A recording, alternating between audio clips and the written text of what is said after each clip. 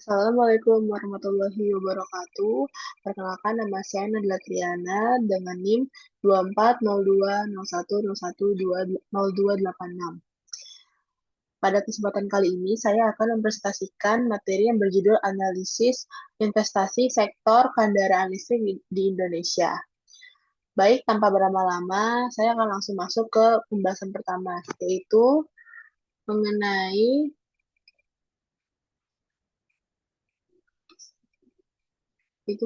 latar belakang sektor kendaraan listrik di Indonesia. Pada saat ini, saya akan menjelaskan mengenai latar belakang sektor kendaraan listrik di Indonesia. Kendaraan listrik atau electric vehicle merupakan salah satu sektor industri yang berkembang pesat dalam beberapa tahun terakhir. Perkembangan ini didorong oleh meningkatnya permintaan kendaraan listrik di berbagai negara dengan pemerintah serta potensi sumber daya alam di Indonesia, terutama nikel yang menjadi bahan baku utama pembuatan baterai kendaraan listrik. Selain memberikan manfaat bagi lingkungan melalui pengurangan emisi karbon, pengembangan kendaraan listrik juga diharapkan mampu mendukung transisi energi dan mendorong pertumbuhan industri nasional. Melalui analisis ini, saya ingin mengetahui bagaimana perkembangan investasi kendaraan listrik di Indonesia. Siapa saja investor yang berperan, serta peluang dan tantangan yang dihadapi dalam pengembangan sektor ini.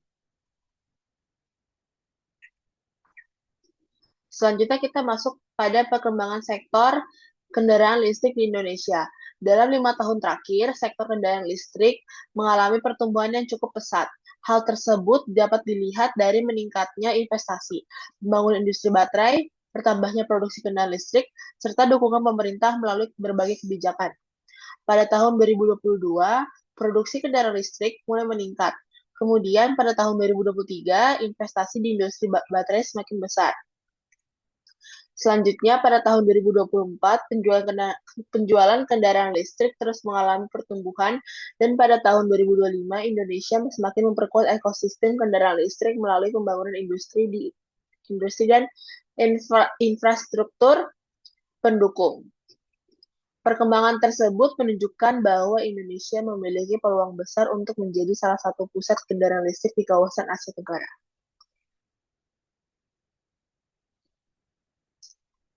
Kita lanjut pada slide keempat. Pada slide ini dijelaskan mengenai faktor-faktor yang membuat Indonesia menjadi tujuan investasi kendaraan listrik. Faktor yang utama adalah Indonesia memiliki cadangan nikel yang sangat melimpah. Nikel merupakan bahan baku utama dalam pembuatan baterai kendaraan listrik sehingga menjadi daya tarik bagi investor. Faktor kedua adalah adanya dukungan pemerintah melalui berbagai kebijakan dan insentif yang bertujuan mempercepat perkembangan industri kendaraan listrik. Selain itu, pasar kendaraan listrik di Indonesia juga terus berkembang seiring meningkatnya minat masyarakat terhadap kendaraan yang lebih ramah lingkungan. Ketiga faktor tersebut menjadikan Indonesia sebagai salah satu negara yang memiliki prospek investasi yang cukup menjanjikan di sektor kendaraan listrik. Pada slide ini membahas mengenai dukungan pemerintah terhadap pemerintah industri kendaraan listrik. Pemerintah Indonesia memiliki peran penting dalam mendorong pertumbuhan sektor ini. Pemerintah Indonesia memiliki peran penting dalam mendorong pertumbuhan sektor ini melalui berbagai kebijakan, seperti pemberian insentif, pembangunan ekosistem baterai, serta percepatan pembangunan infrastruktur pendukung, termasuk SPKLU atau stasiun pengisian kendaraan listrik umum. Melalui berbagai kebijakan tersebut, pemerintah berharap Indonesia tidak hanya menjadi pasar kendaraan listrik, tetapi juga mampu menjadi pusat industri kendaraan listrik di kawasan Asia Tenggara. Dukungan pemerintah ini menjadi salah satu alasan meningkatnya minat investor asing untuk menanamkan modalnya di Indonesia.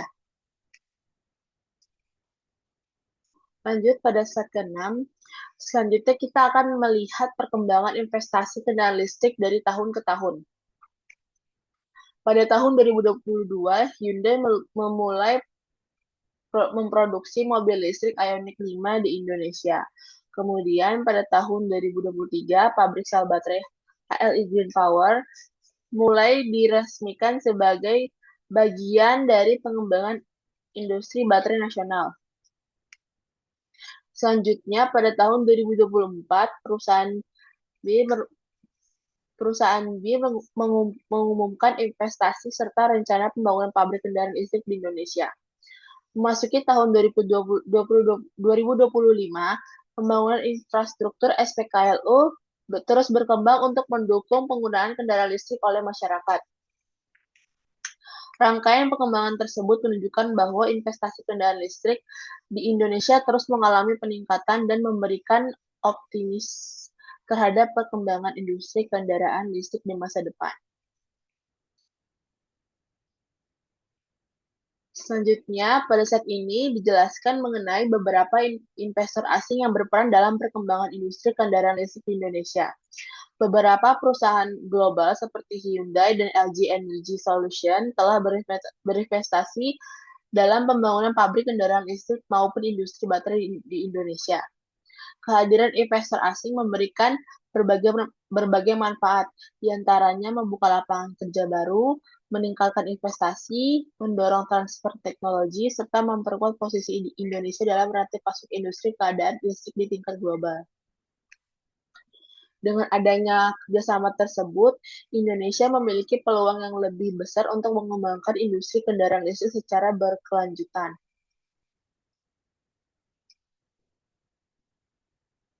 Pada set berikutnya membahas mengenai dampak investasi kendaraan listrik terhadap perekonomian Indonesia.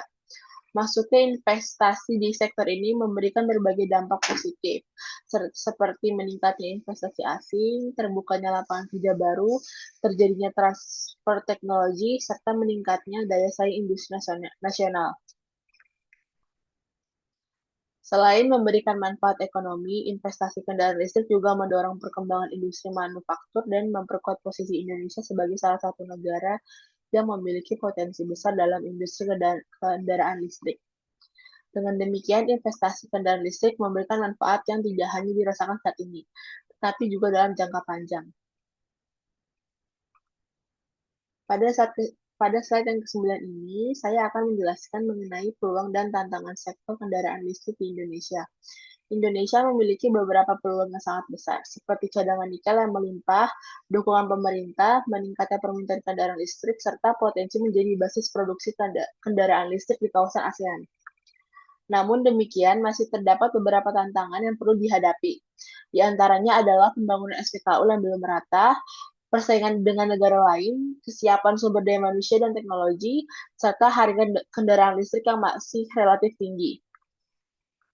Oleh karena itu, diperlukannya kerjasama antar pemerintah, pelaku industri, dan masyarakat agar peluang yang dimiliki Indonesia dapat dimanfaatkan secara optimal sekaligus mampu menghadapi berbagai tantangan tersebut.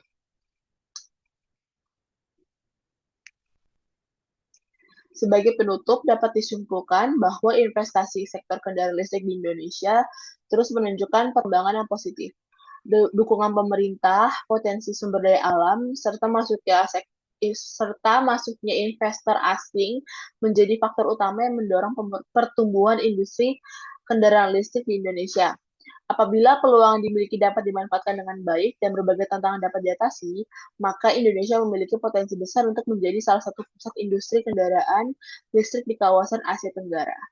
Demikianlah presentasi yang dapat saya sampaikan. Terima kasih atas perhatiannya, Bapak. Wassalamualaikum warahmatullahi wabarakatuh.